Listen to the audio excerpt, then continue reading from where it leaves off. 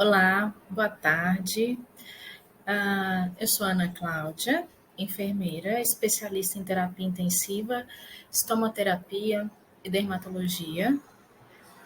Eu trabalho há mais de 10 anos em uma UTI adulto, na verdade, em duas, né? Porque eu troquei de hospital, mas sempre em UTI adulto. E esse tema é de suma importância no âmbito da terapia intensiva. E é um tema que a gente não consegue vencer, é um constante desafio. Falar a expressão lesão por pressão já é o próprio desafio dentro da UTI, né? Para nós enfermeiros e para toda a equipe multidisciplinar. Essa questão da lesão por pressão vem sendo abordada pela RDC 36, que traz aspectos do núcleo de segurança do paciente, notificações. A RDC 36, de julho de 2013, traz o núcleo de segurança do paciente como uma ferramenta para as ações realizadas dentro das instituições de saúde. E a lesão por pressão entra como um dos aspectos mais analisados e revisados pelo núcleo de segurança do paciente em todos os hospitais e principalmente na unidade de terapia intensiva. Lembrando que a ocorrência da lesão por pressão ela é multidisciplinar, ela envolve e multifatorial também. Ela não envolve apenas um profissional, ela envolve toda a equipe e a gente vai ver isso adiante. Desde já, eu agradeço pela oportunidade de estar participando desse evento, dessa jornada acadêmica multidisciplinar em ciências da saúde, poder estar contribuindo com um tema que é tão importante dentro da saúde pública, dentro da unidade de terapia intensiva, e que quem não teve o contato com esse tema possa conhecer a partir de agora. Primeiramente, eu vou fazer uma introdução, depois trazer o conceito de lesão por pressão, os desafios e as perspectivas. Essa palestra ela não tem o intuito de trazer fisiopatologia, de ir a fundo nas classificações e coberturas, não. Ela é um tema para que todos nós profissionais da saúde que compõem a equipe multidisciplinar possam estar atentos, possam estar atualizados. Bom, a prevenção de lesão por pressão, como eu já disse, tem um fator multifatorial envolvendo profissionais de diversas categorias e áreas distintas, enfermeiros e técnicos de enfermagem, médicos, fisioterapeutas, nutricionistas, farmacêuticos, entre outros. Bom, os enfermeiros e técnicos vão agir na prevenção e no cuidado em si, beira-leito. Né? Os médicos na prescrição, também na avaliação diária, com auxílio da enfermagem, os fisioterapeutas, desde a fisioterapia motora até a parte respiratória, os nutricionistas na parte da dieta, os farmacêuticos também na parte de dispensação de materiais para a realização do curativo, né? Lembrando que todos esses profissionais, eles trabalham ou deveriam trabalhar articulados. Nós não podemos, cada um faz sua parte e tá bom. Esse é o que a gente vai ver adiante, é um dos desafios, articular a equipe para melhor qualidade da assistência em saúde, evitando ou diminuindo o agravamento da lesão por pressão. A estimativa da ocorrência de lesão por pressão está entre 4% a 16% de pacientes hospitalizados em países desenvolvidos. No Brasil, a prevalência de lesão por pressão nas unidades de terapia intensiva variou entre 35,2% a 63,6%, e a incidência entre 11,1% e 64,3%. Essa é a grande problemática da lesão por pressão. Os altos índices, e isso quem traz não sou eu, nenhum hospital apenas, é a Anvisa, esses dados são da Anvisa, de 2017.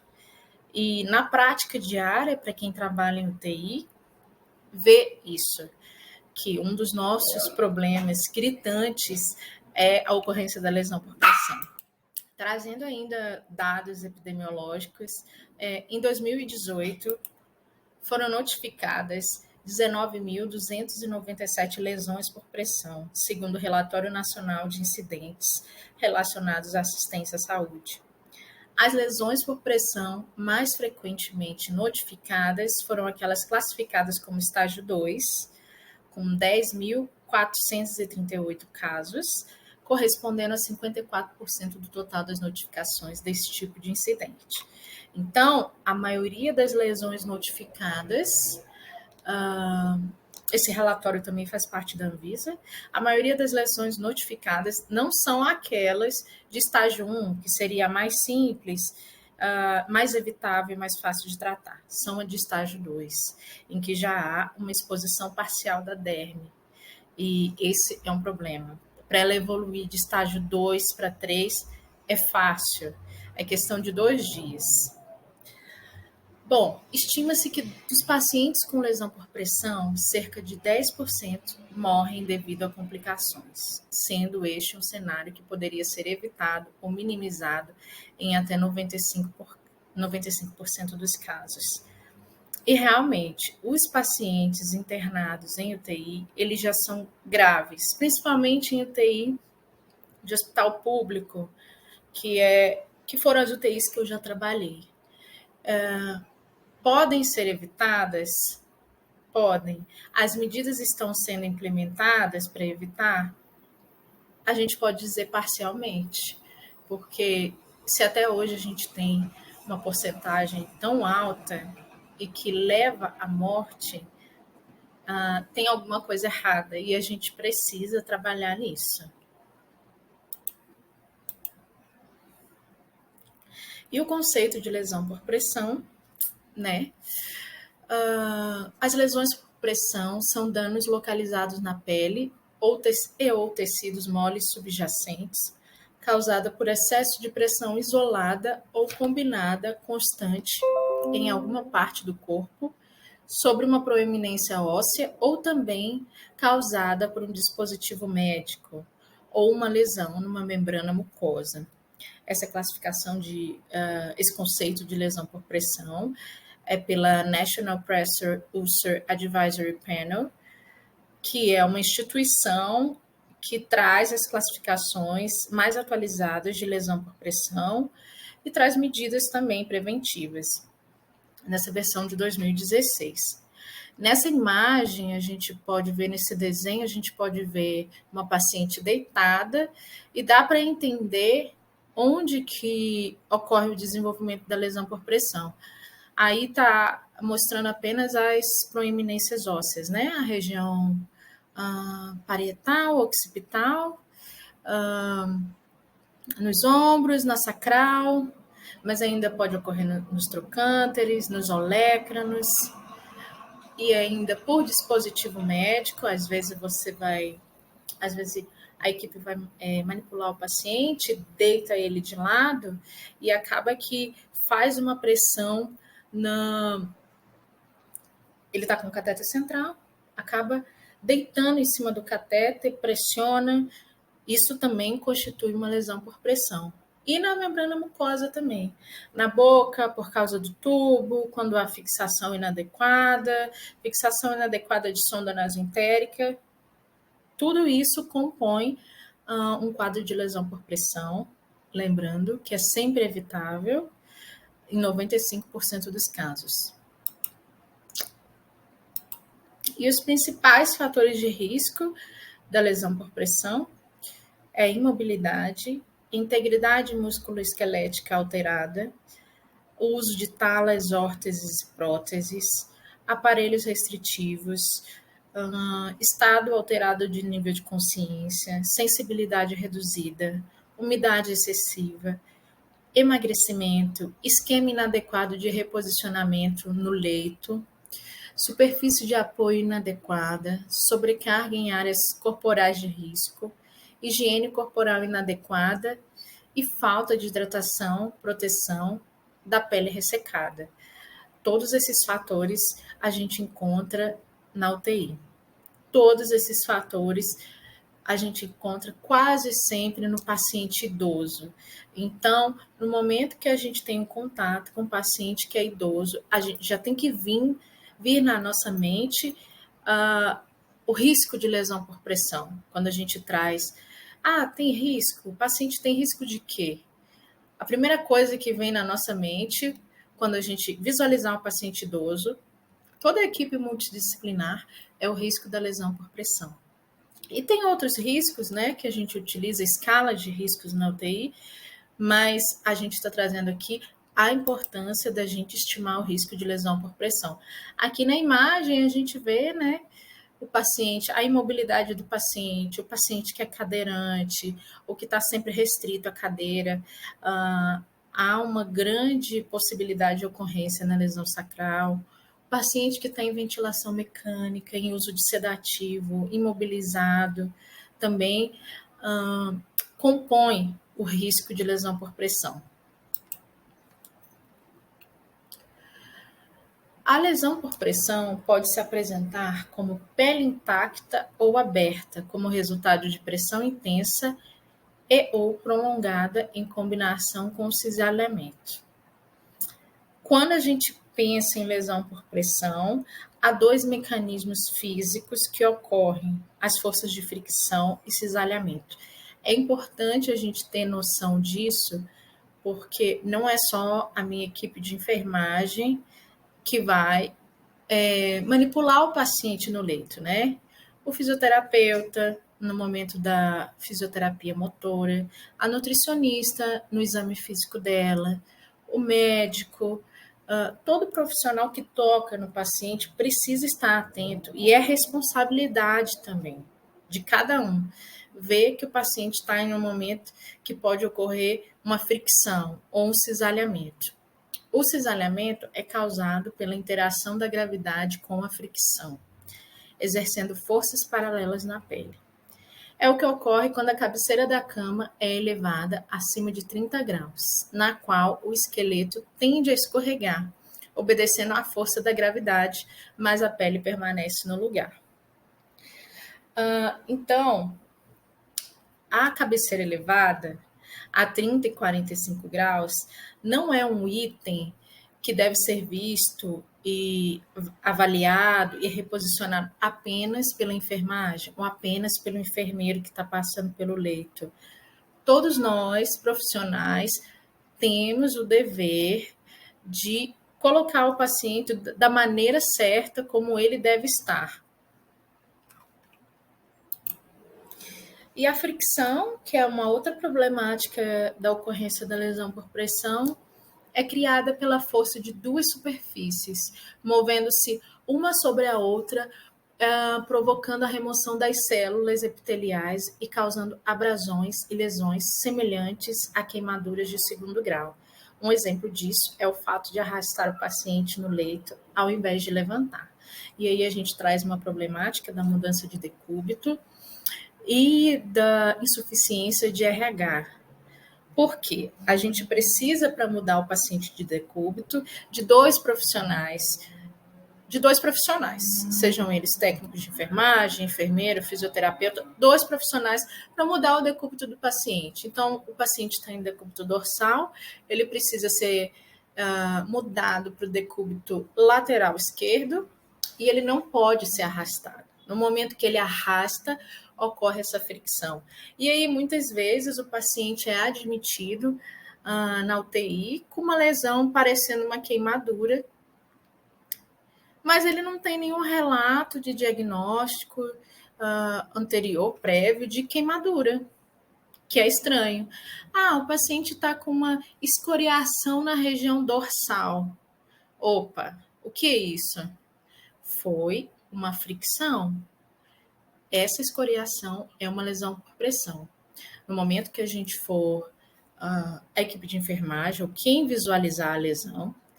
No momento que a gente for relatar, porque tudo é relatado, sobre a lesão, ela não é uma escoriação interrogada, ela é uma lesão por pressão causada por fricção ou cisalhamento.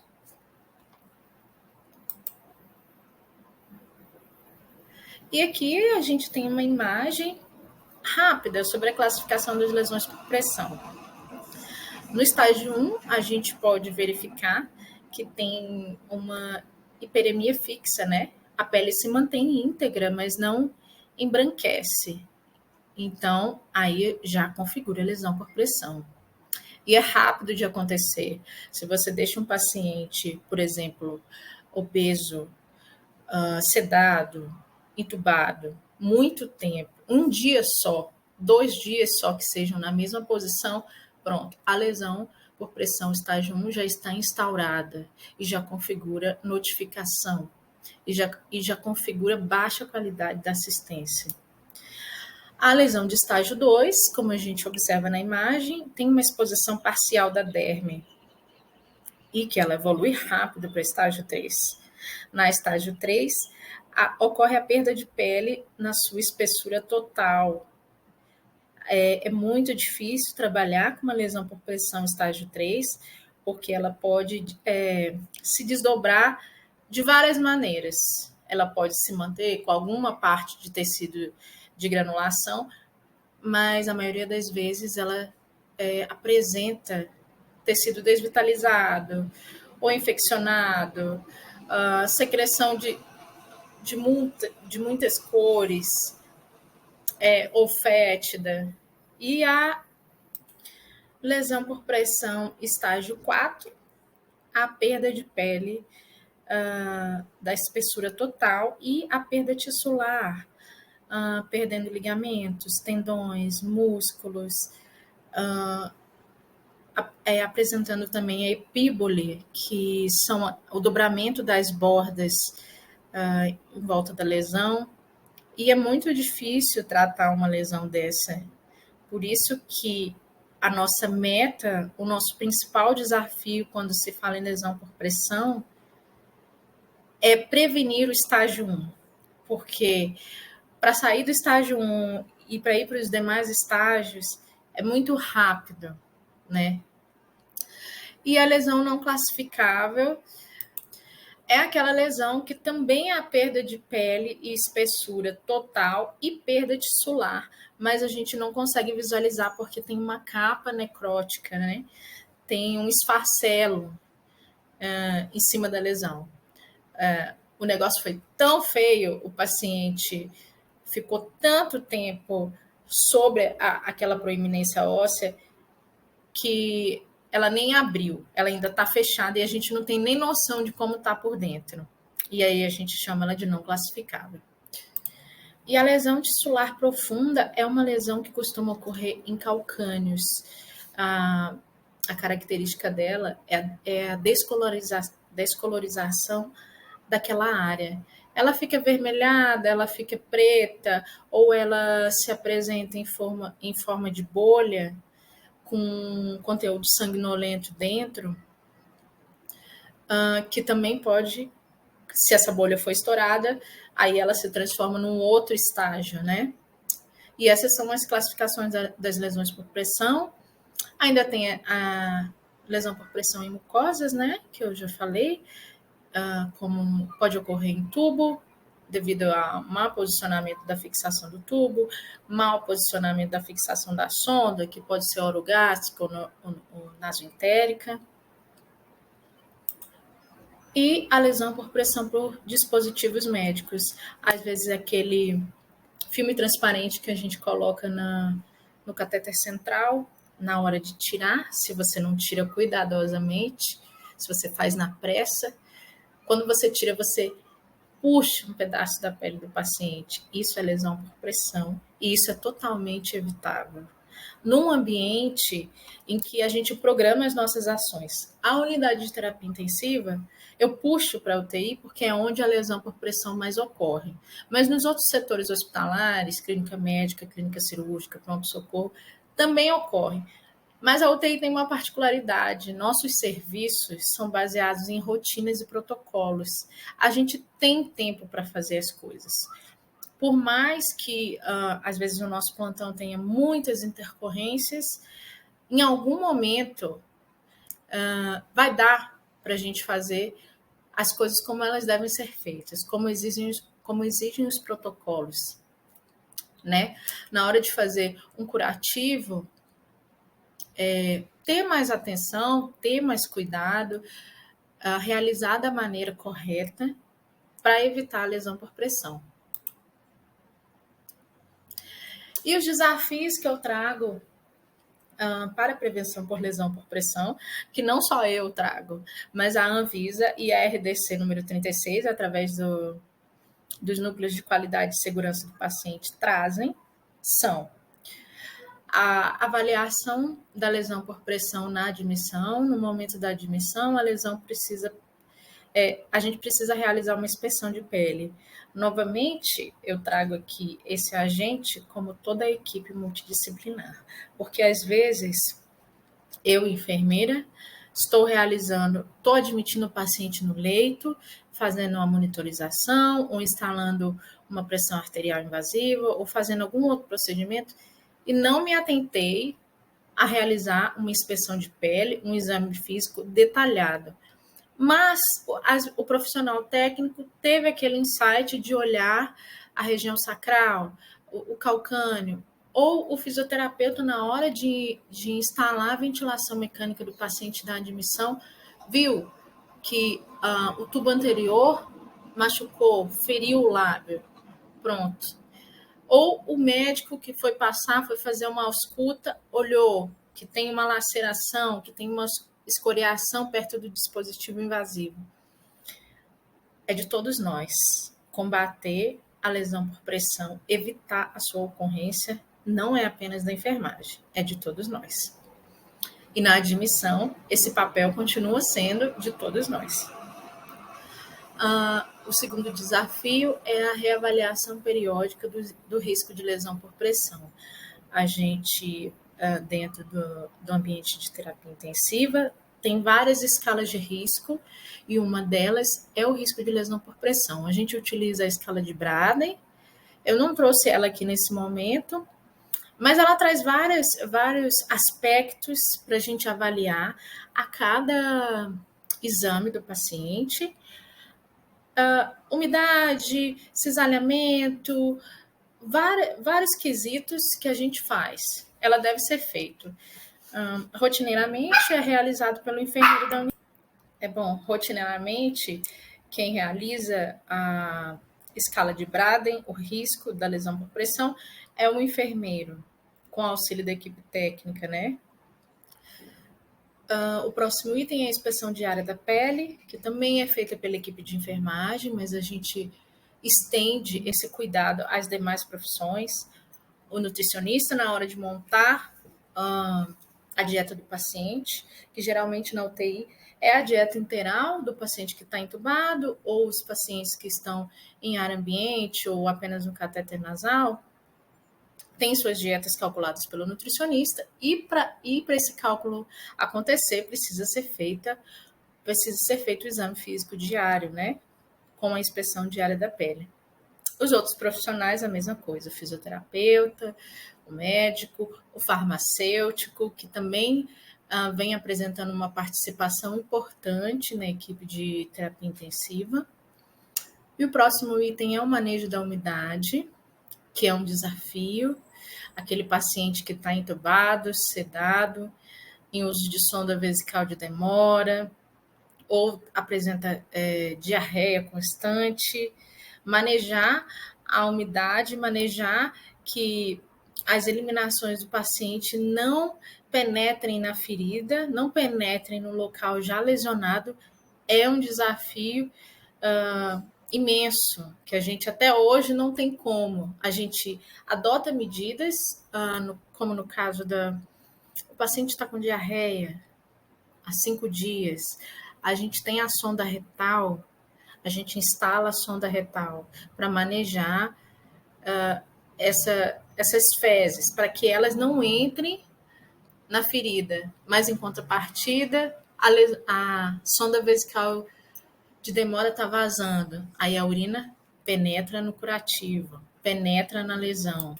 Assim, o manejo da umidade é um grande desafio para nós da enfermagem. E o outro ponto é a otimização da hidratação e nutrição, que é um quesito que a gente coloca mais para os prescritores, né? O médico e a nutrição precisam estar interligados, interrelacionados, a par do quadro do paciente, para melhorar a ingesta hídrica e para melhorar o quadro nutricional do paciente. E ainda nos desafios para prevenção por lesão por pressão, eu trago aqui um parágrafo sobre isso. Para a adoção de novas práticas na prevenção da lesão por pressão, torna-se necessária a consolidação de uma cultura organizacional que valorize a prevenção e promova o trabalho em equipe. O nosso desafio hoje, dentro das UTIs, é que as equipes, as profissões interdisciplinares se comuniquem adequadamente a fim da melhora do paciente. Há muito atrito entre os profissionais e isso não beneficia o paciente de maneira nenhuma. Pelo contrário, só atrasa o tratamento, só atrasa a melhora e baixa a qualidade da assistência à saúde, né? Lembrando que a lesão por pressão, na hora da notificação, ela aparece para a gente como uma falha que ocorreu durante a assistência à saúde. Uma falha que poderia ter sido evitada, né? Então, um dos desafios é a comunicação efetiva entre os membros da equipe.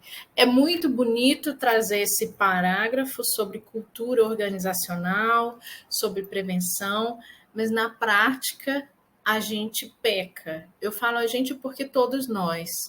A gente precisa aprender a trabalhar em equipe em prol do nosso paciente.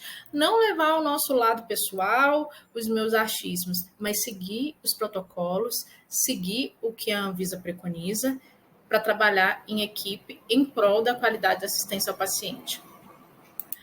Outro desafio para prevenir a lesão por pressão é minimizar a pressão em trocânteres, elevando a cabeceira da cama a 30 graus.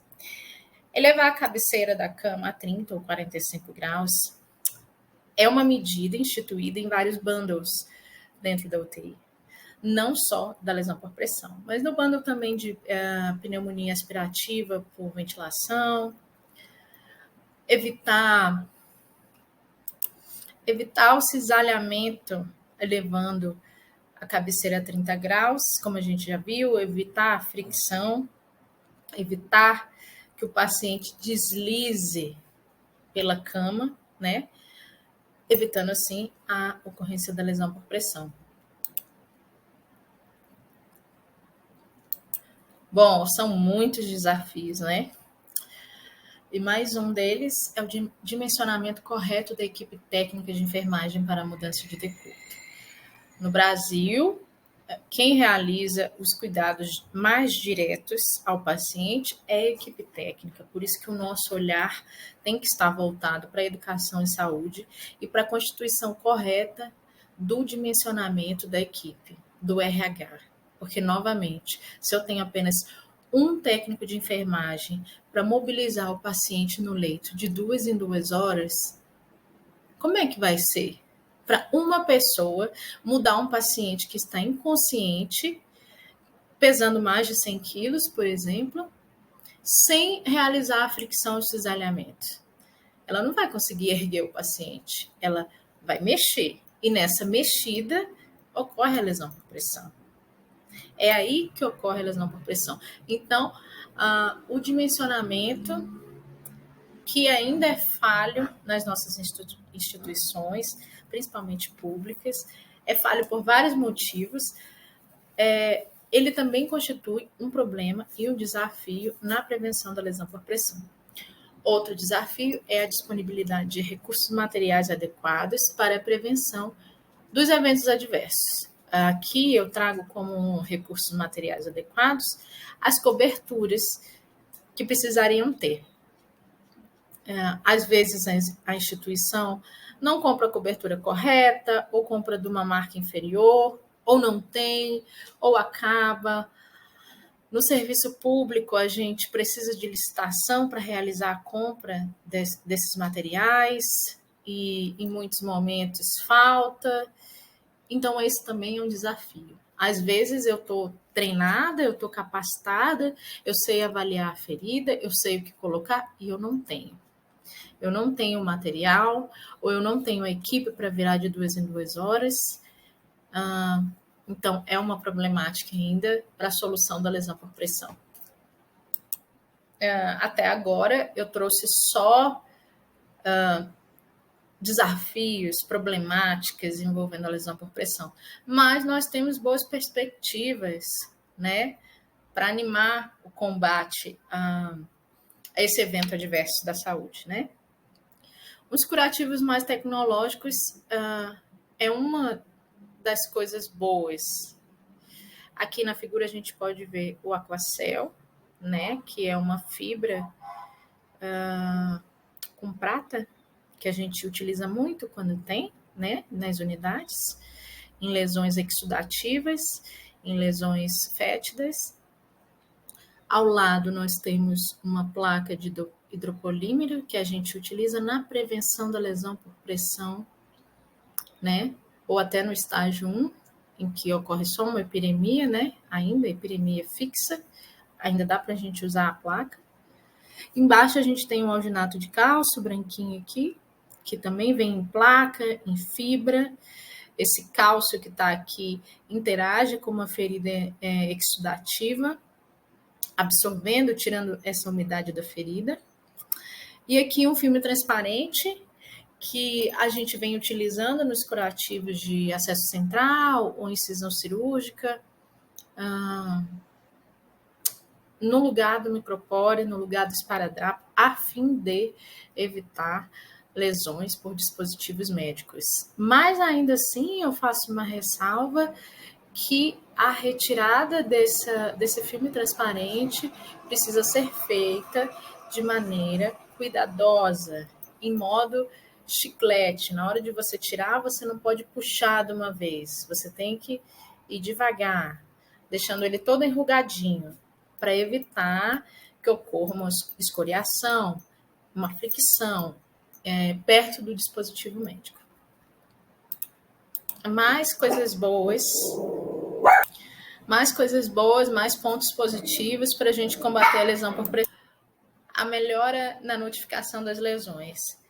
Embora pareça que a notificação, que o ato de notificar seja uma coisa ruim, punitiva, não é. A notificação serve para que a gente possa desenvolver outras estratégias para atender aquele evento adverso que ocorreu. E não de maneira positiva ou para apontar culpados, até porque no momento que ocorre uma falha relacionada à assistência, no momento que ocorre a lesão por pressão, não tem apenas um culpado. Se é para falar de culpados, somos todos culpados, todos os profissionais que estão prestando assistência ao paciente estão inclusos naquele evento adverso, né?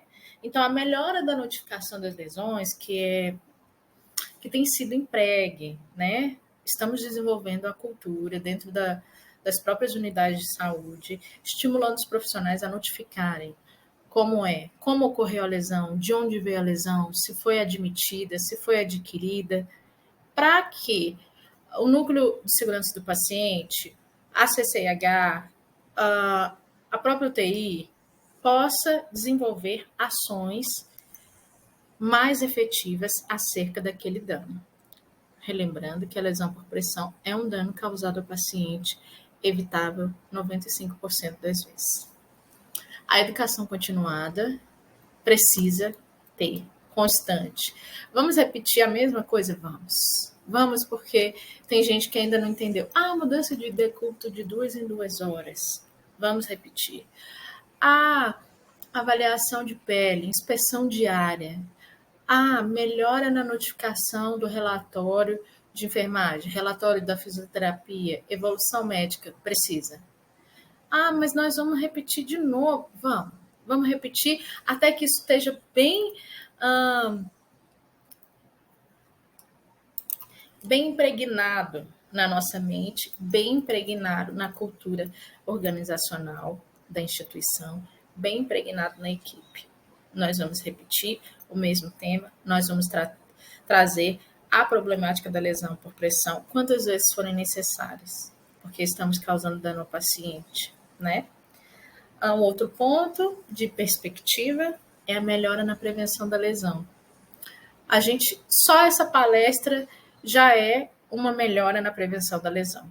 Para você que ainda vai entrar no mercado de trabalho, para você que já é profissional da área, assistir a esse tema, discutir, tirar um tempo da sua rotina para pensar, para rever, para ler sobre a lesão por pressão, já é uma boa perspectiva. A gente não pode trabalhar mecanicamente. Nós temos que lembrar que a gente não trabalha com máquinas. A gente utiliza algumas máquinas em prol do nosso paciente. A gente trabalha com pessoas. Então, a gente tem que estar sempre relembrando qual o nosso propósito naquele lugar. O que estamos fazendo ali? Estamos presentes ali? Ou estamos só trocando um soro, trocando um equipo, fazendo um curativo, cortando um esparadrapo? Não. O que eu estou fazendo aqui? Qual que é a minha missão aqui? E a discussão sobre o tema. Sempre que for possível, sempre que for necessário, o tema lesão por pressão precisa ser discutido. Quando falamos de idoso, quando falamos de paciente que está com mobilidade reduzida, quando falamos do paciente internado na unidade de terapia intensiva, internado na clínica médica, precisamos discutir com a equipe, com o colega mais próximo, algum insight, alguma boa ideia, tá certo? E assim eu finalizo essa conversa com vocês. Eu trago aqui umas referências bibliográficas. Eu utilizei da Anvisa, né? Um boletim, número 20, que é o mais atualizado, uma nota técnica também. Trago a reflexão sobre propósito e sobre missão, o que nós, profissionais da saúde, estamos fazendo frente ao nosso paciente. O nosso objetivo é a qualidade da assistência à saúde, independente da notificação, do protocolo. Isso a gente tem que seguir, isso nós somos obrigados, é o nosso dever. Mas independente disso, estamos fazendo os procedimentos de maneira correta? Estamos evitando a lesão por pressão? Quando estamos dentro do dimensionamento técnico correto, estamos realizando a mudança de decúbito? Enfermeiro, estamos avaliando, realizando a inspeção de pele diária? Nutricionista, estamos realizando o exame físico, fazendo cálculo? Fisioterapeuta, a fisioterapia motora está sendo realizada? Está sendo efetiva? Né? Ao médico, e as prescrições, e a avaliação, e a conversa com a equipe está sendo feita, nós estamos dentro das unidades de saúde para somar uns aos outros em prol do paciente. Precisamos lembrar que estamos lá para isso, para evitar a lesão por pressão. E eu agradeço pela atenção. Reforço que é sempre bom ler sobre o tema, discutir com a equipe, tá bom? E o meu contato tá aí na tela. E obrigada mais uma vez. Bom evento para vocês.